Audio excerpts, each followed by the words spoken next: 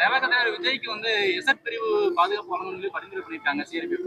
அதை எப்படி பாக்குறீங்க? இல்ல அவருக்கு தேவைப்படுது, கேட்குறாங்க, கொடுக்குறாங்க.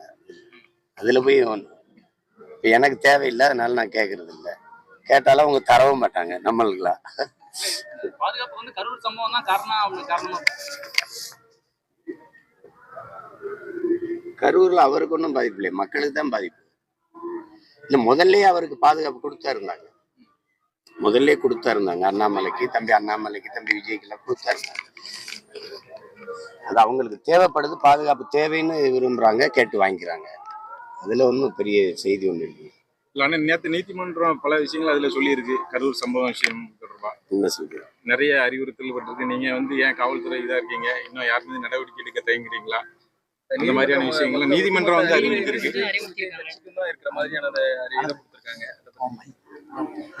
விஜய கைது பண்ணு சொல்லி திருமாவளவன், வேல்முருகன் வந்து கோரிக்கை. அது எப்படின்னு தெரியல. நம்ம போய் சட்ட முடிவுகள்ல போய் நம்ம கருத்து சொல்லிட்டு இருக்க முடியாது. அறிவுரைங்கிறது பாக்குற எல்லாருக்குமே தெரியும். இன்னும் கொஞ்சம் ஒழுங்குபடுத்திக்கணும். என்னை கேட்டா இந்த மாதிரி நிகழ்வுகளை தவிர்த்துட்டு கூட்டமா நடத்திக்கலாம். ஒரு இடத்த வாங்கி இந்த இடத்துல கூட்டம் வாங்கன்னு சொல்லி பேசி கிளம்பிடலாம். இது மாதிரி தெருக்களுக்குள்ள போறது வந்து எப்பவுமே நெரிசலை தான் உண்டு பண்ணணும். அது எல்லாருமே செய்யறாங்க. அந்த மாதிரி பரப்புரை முறையை கொஞ்சம் நிறுத்திக்கிறது நல்லது, மாத்திக்கிறது நல்லது. மேலை நாடுகள் மாதிரி வந்துடலாம். ஒரு அரை மணி நேரம் இப்ப எல்லாம் நீங்க எல்லாம் இவ்வளவு ஊட வச்சு ஒவ்வொன்றும் எடுத்துட்டு போறீங்க. அப்படிங்கும்போது ஒவ்வொரு தலைவருக்கும் ஒரு மணி நேரம், 3/4 மணி நேரம், அரை மணி நேரம், ஒரு குறிப்பிட்ட நேரத்தை ஒதுக்கி கொடுத்து நீங்க பேசுங்க, இந்தப்ப இவர் பேசுவாருன்னு அறிவிச்சு பேசுனா அது எல்லாருமே உள்ளங்கையில் எல்லாருமே உலக ஊடகம் வச்சிருக்காங்க, தெரிஞ்சிட போகுது. யார் பேசுறது ஏற்படையதோ அவங்களுக்கு வாக்கு செலுத்திட போறாங்க. இது நேர விரயம், பண விரயம், பெரிய மக்களுக்கும் தொந்தரவு.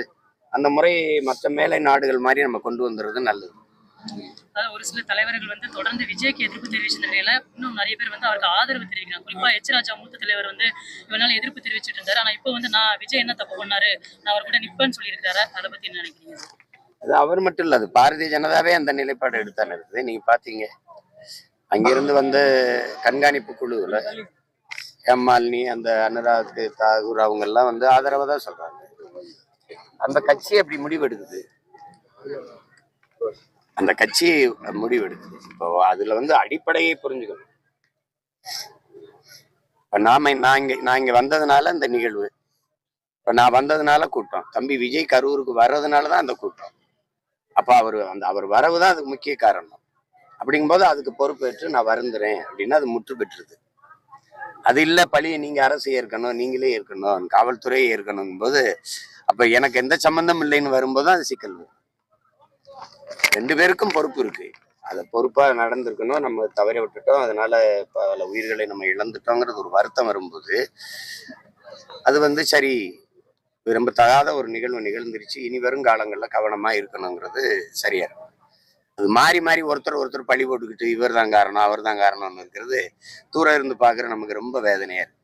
என்ன இது,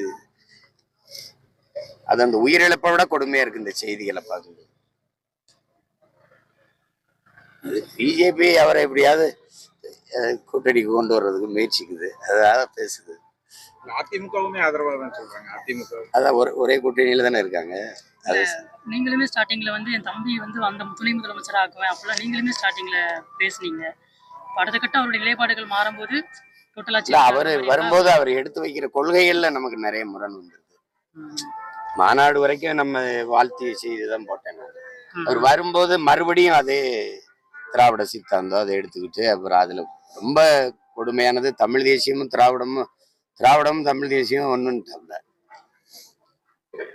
அதுதான் திருப்பி இது என்னடா கொடுமையா இருக்குது அப்படின்னா, அப்ப வீட்டுக்கோழிக்கு காட்டு பூனை காவலான்னு வந்துருது.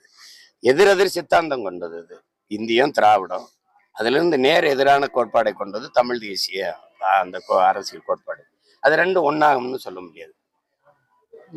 இந்தி வந்து இந்தியத்துக்கு வந்து மும்மொழி கொள்கை, திராவிடத்துக்கு இருமொழி கொள்கை, தமிழ் தேசியத்துக்கு கொள்கை மொழி ஒரே மொழி தான், எங்கள் தாய்மொழி, ஆங்கிலம் பயன்பாட்டு மொழி, அப்படிதான் வச்சுப்போம். அப்ப இதுல ரொம்ப மாறுபாடு இருக்கு.